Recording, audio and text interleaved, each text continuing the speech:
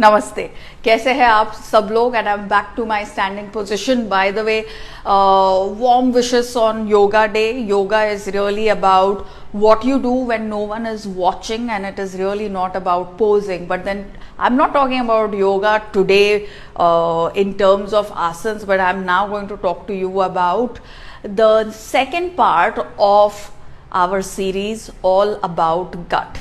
So I told you yesterday कि वो Bristol stool scale पे आप कैसे आपके स्टूल्स को रेट कर सकते हो फ्रॉम नंबर 1 to नंबर 7. तो आज we are going to take it one step forward and we are going to talk about IBS. IBS यानी कि irritable bowel syndrome. And IBS तब होता है जब हमारी लार्ज इंटेस्टाइन उसका जो काम है वो ठीक से नहीं करती है. अभी मैं आप सबको याद दिला दूं कि लार्ज इंटेस्टाइन का काम क्या है. वैसे तो all those of you who listen to my videos properly do know pain is really working, right? के do know what it is really about. पर लार्ज इंटेस्टाइन के लार्जली 3 काम हमारी लार्ज इंटेस्टाइन हमारे लिए करती है. नंबर 1, पानी और इलेक्ट्रोलाइट्स को हमारे फूड में से निकालती है. नंबर 2, सारे जो वाइटामिन्स है उनको भी फूड में से निकालती है, बनाते भी है खुद के वाइटामिन्स. और तीसरी चीज हमारे स्टूल्स को या हमारे वेस्ट प्रोडक्ट्स को प्रोड्यूस करती है और फिर उनको प्रोपेल करती है, मतलब बाहर के तरफ फेंकती है. जब हमारी लार्ज इंटेस्टाइन ये सारा काम ऑप्टिमली नहीं कर पाती तो क्या होता है that we begin to get a lot of pain and cramping in our stomach. We get pain and cramping in our stomach, we get nausea, we get bloating, we may have fatigue, and we generally feel dull and low. हमारा appetite चला जाता है या फिर कहाँ पर रुकना है खाते वक्त वो हमको पता नहीं चलता. And then we also have sometimes things like, okay, so first of all बहुत सारा cramping, nausea, bloating, acidity ये सब होता है. And when you do go to the loo and clear your stomach, even if it is partial clearance, once you go and you clear your stomach, तो ये सारे symptoms में आपको reduction आता है. So the pain is relieved when you go and use the loo, and then after some time the pain begins to come back. And every time you eat you feel a little threatened or stressed because खाना खाने के बाद symptoms बढ़ने लगते हैं और poop करने के बाद symptoms कम हो जाते हैं. This is typically what happens. So once you clear your intestines you feel better, but after food these symptoms begin to come back, whether it's nausea, whether it's bloating, whether it's fatigue, whether it is feeling mentally low, all of the cravings, crazy cravings, all of those things begin to come back. Then within IBS we now also have better classification. और IBS अभी 3 ways में माना जाता है. Number 1, IBS C, मतलब ऐसा वाला IBS जो ये सारे सिम्टम्स लेके आता है लेकिन लार्जली आप कॉन्स्टिपेटेड रहते हो. मतलब when you go to evacuate your bowels more than most of the times you are constipated. मतलब most of the times your stool on the Bristol stool scale is at number 1 or number 2.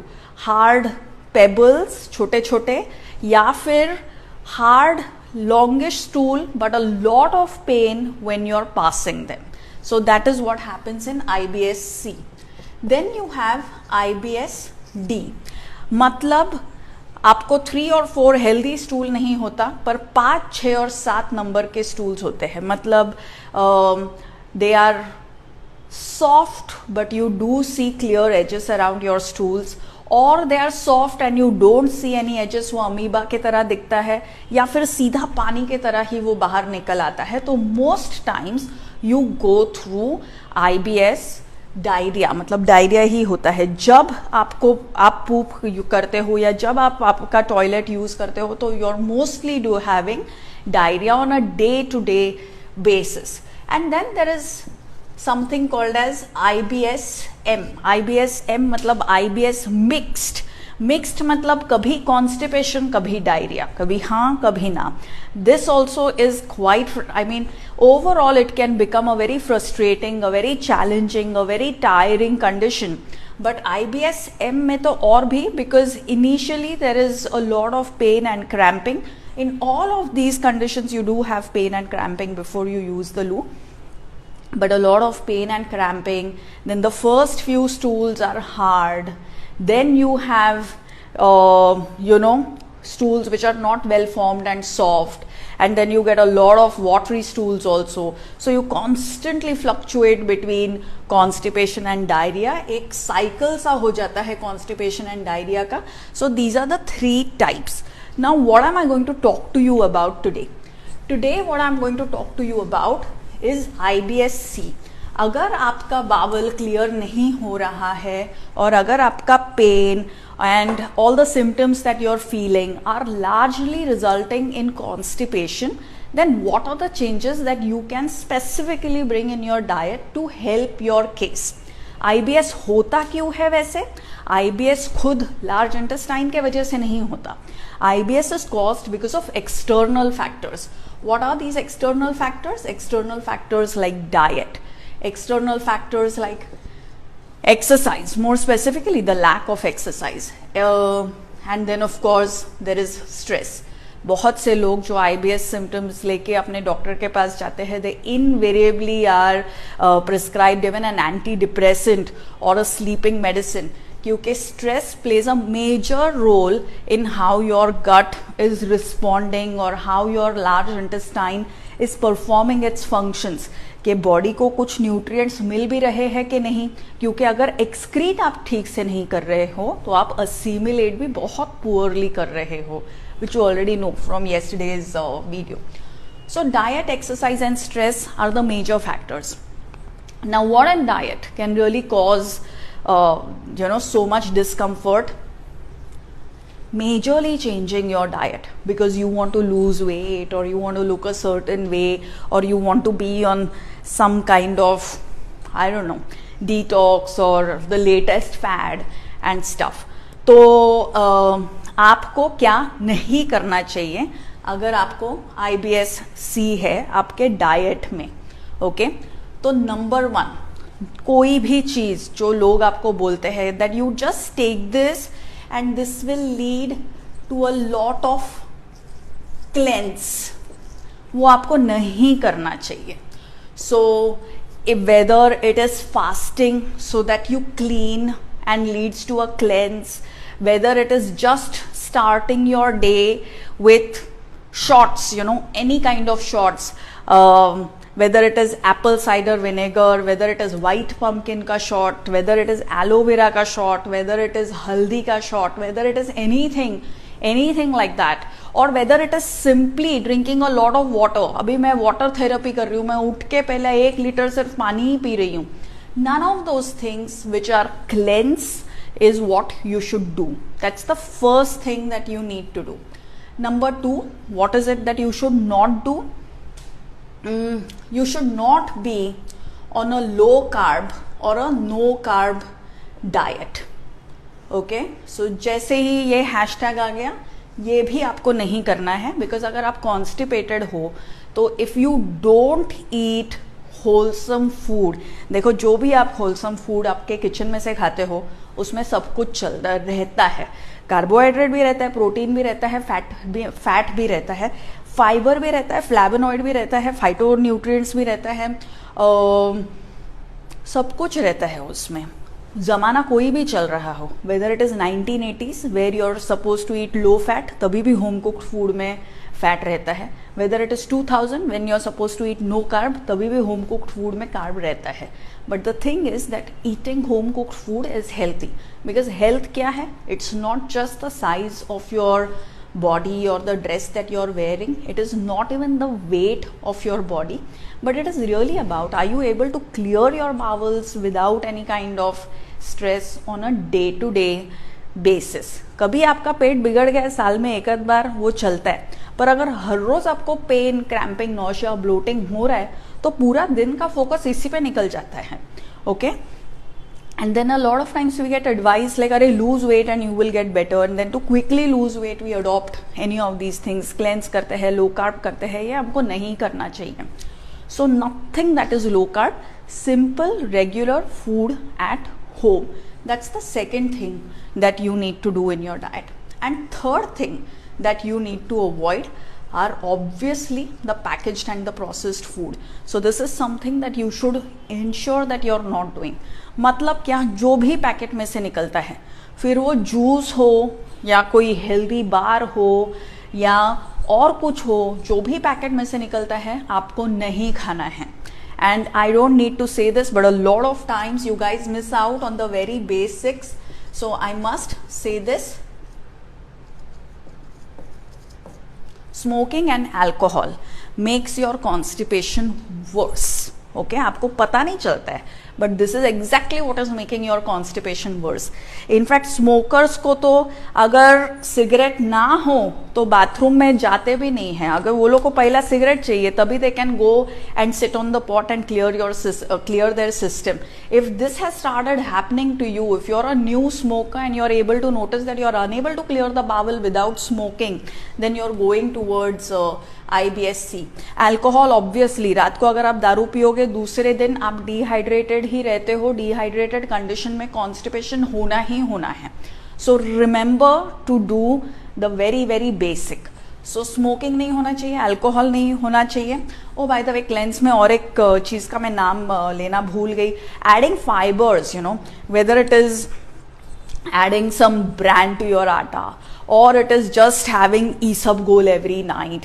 If you're needing all of these things every day, you know, if you're needing like a laxative or whatever every day, if you're needing anything which is not normal food every day to clear your stomach, then you need to put an end to that, because that's all being done in the name of cleanse and that's not going to make IBS-C better. Okay, कल आपको relief मिलेगा, पर परसों तरसों 5 साल के बाद 10 साल के बाद you are making things worse. Your intestines are getting weaker, lazier and more inflamed and that's not going to work for you in the long run. Okay, so these are the things that you must remember. तो क्या नहीं करना चाहिए diet में. अभी exercise में क्या नहीं करना चाहिए, बहुत ज़्यादा बैठ के आराम नहीं करना चाहिए. That's the main thing. जब आप कुछ भी कर रहे हो और बैठे हो तो आपका पोस्चर कैसा है वो आपको देखना चाहिए. अगर आप लिफ्ट में जा रहे हो, लिफ्ट में खड़े हो, लेकिन अगर आपको कोई खड़ा देखे तो आप खड़े पोजीशन में दिखते ही नहीं हो, आप ऐसे उधर अगर टेक गए हो लिफ्ट पे, तो it is a problem, because then your intestines never really get only the gravitational force that they are suppose to have and they don't build their strength. So don't go and plonk yourself on different walls, on chairs when you're reading a book. Don't lie down on your sofa and bed and watch TV. So do those basic things कि जो चीज़ें आपको बैठ के करनी चाहिए वो आप बैठ के कीजिए, जो चीज़ें आपको खड़ी रह के करनी चाहिए वो आपके दोनों पैरों के ऊपर खड़े रह के आप कीजिए. But what must you surely ensure that you're doing in exercise? So it must, yoga का आज दिन है तो योगासन आप सीखिए. कौन से वाले योगासन सीखिए which actually teach you how to use your entire body. तो ऐसा नहीं कि सिर्फ टाइम पास कर लिया योगा में, but where you actually feel that there is good muscle fibre recruitment and that you are getting stronger with time, more stable with time, more flexible with time. That is the kind of yoga that you must do. IBS में एक बहुत interesting चीज़ होती है, it is called as extra intestinal pain. Okay, intestines में तो pain होता ही है, pain and cramping till you don't go and clear your stomach, but you also begin to get pain which is outside of your stomach because you are so constipated. So typically headache होता है हमको क्योंकि हम constipated है, या फिर हमको बहुत सारा एसिडिटी और बर्निंग होता है बिकॉज हम कॉन्स्टिपेटेड है. लोगों को बैक पेन होता है because of constipation. And then there are people who also have, ये स्पेशली ओल्डर लोगों में होता है, lot of leg pain, lot of pain in the legs, in the calf and in the quadricep because of because the intestines are not functioning like they should be. These are also the type of people who tend to take a lot of laxatives on a day-to-day basis. And जब उनके पैर दुखते हैं, specially रात को दुखते हैं, क्योंकि दूसरे दिन अगर उठेंगे and once they go use the loo, they're actually doing quite fine. If someone really presses their legs well, then they get, then there is release of gas, there is burping, there is farting, and there is some comfort that actually comes post this like really heavy massage.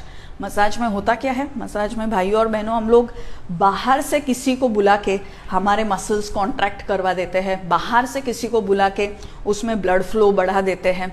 So it's fine to do a massage once in a while, but otherwise exercise can actually help you bring that relief. And more specifically योगासन करना बहुत ज़्यादा ज़रूरी है, specially for all those जिनको ये extra intestinal pains and aches and stuff हो रहा है, इवन पिंपल्स एंड स्टफ.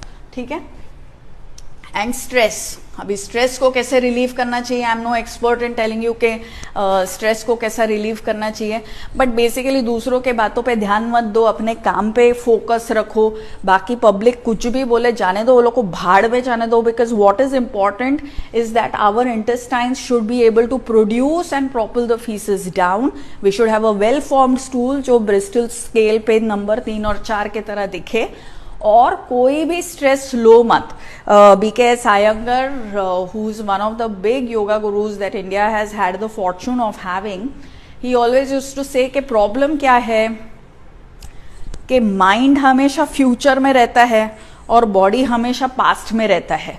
हम अपना बॉडी को देखते हैं, हम सोचते हैं 1985 में, 2000 में, 2015 में मैं तो कितनी अच्छी दिखती थी, so we want our body to look like that. और माइंड में हम लोग एकदम आगे दौड़ते हैं कि 2050 में क्या होएगा, मेरा प्रॉपर्टी कौन इनहेरिट करेगा, अरे मेरा डायमंड रिंग में किसको लिख के जाऊं, ऑल ऑफ दोज थिंग्स. और योगासन की प्रैक्टिस ये फ्यूचर को और पास्ट को प्रेजेंट में लेके आती है. और जब प्रेजेंट में हम लोग आ जाते हैं तो then there is no stress, क्योंकि जहाँ फ्यूचर नहीं है और पास्ट नहीं है, जहाँ प्रेजेंट है, वहाँ पे you can actually lead a more stress free life without really then needing any prescription drugs. So you must work at reducing stress. Have friends, do satsang, do your exercise, sleep on time, learn to enjoy the food that you're eating. All of these things can help you de-stress. तो जो भी आपको de-stress करता है वो चीज़ें आप कीजिए. फाइन, ये सब हो गया कि आपको अभी क्या क्या चीज़ें ध्यान में रखनी है. But now more specifically, here are 3 things which will help improve your gut health and help bring relief if you're going through IBS-C. What are those 3 things? Number 1, खारीक. खारीक मतलब ड्राई डेट. ड्राई डेट मतलब date जो कि सूखा हुआ है, तो इसमें फाइबर की मात्रा ज़्यादा रहती है, इसमें आयरन की भी मात्रा ज़्यादा रहती है. Every time that you have IBS-C हो, D हो, M हो, hemoglobin levels invariably tend to run low, and if you do take any iron supplement, it constipates you further, makes your symptoms worse.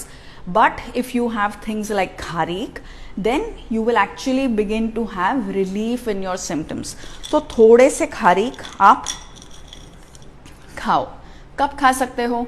You can eat them in the morning when you wake up, or somewhere in the afternoon, 3:30, 4 o'clock को भी आप इनको खा सकते हो. So this is the first thing that you must eat. The first thing that we want to introduce, खारीक. ये पहले सबके घरों में होता था, अभी हम भूल गए हैं. बहुत बार प्रसाद में या भोग में लोग खारीक ही देते थे. सस्ता और घर पे है इजीली, एंड कुछ बनाने का ज़रूरत नहीं है. एंड एवरीवन, बच्चों से लेके बूढ़ों तक, एवरीवन एंजॉयज खारीक.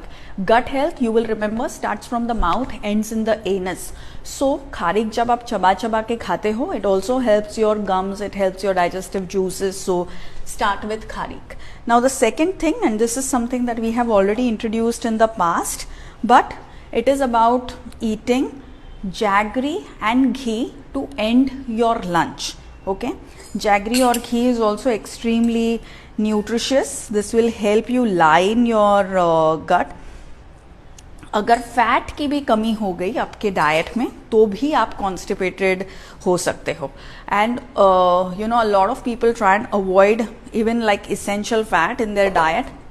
अवॉइड आपको सिर्फ पैकेज्ड और प्रोसेस करना है. ओके और जब आप फैट को अवॉइड करते हो तो आपको invariably you will start getting constipation. That's just one thing. But the other thing that starts happening is कि लंच खाते ही आपको मीठा खाने का मन करता है. लंच खाते ही अगर आपको मीठा खाने का मन कर रहा है तो maybe there is a little bit of constipation in place. It may not be IBS-C but at least there is some constipation that is in place. So to relieve constipation, ghee and gur has to become a part of your lunch. तो आप चपाती के साथ या भाकरी के साथ घी और गुड़ खाइए, या आपका लंच खत्म होते ही आप घी और गुड़ खाइए. सो घी एंड गुड़, GG any time. So kharik you can have any time. This you have post lunch. And now the third thing which is really like a miracle. तो आपको लेना है 1 चम्मच गुलकंद. ओके गुलकंद बोलते ही अभी आप शुगर के बारे में स्ट्रेस मत करो. देखो 1 ही चम्मच है. आप बाहर का मत खाओ, आप दारू मत पियो, आप स्मोक मत करो, आप केक बिस्किट वगैरह बंद करो, आप घर पर खाओ. तो आप सुखी रहोगे, समाधानी रहोगे, हेल्दी रहोगे, हैप्पी रहोगे. क्योंकि जैसे कि मैंने पहले भी कहा कि होम कुक्ड फूड में सब कुछ होता है और सब कुछ करेक्ट मात्रा में होता है. It is not at a level which will bring any disease. It is at a level which brings plenty of ease. So now what do you have to do? That you take 1 teaspoon of gulkand and then you put some water. Okay? फिर ये गुलकंद को आपको इस पानी में मिलाना है. Fine. और फिर as these petals start floating, आपको बैठ के एक जगह पे ये पानी को पीना है. ऑलराइट.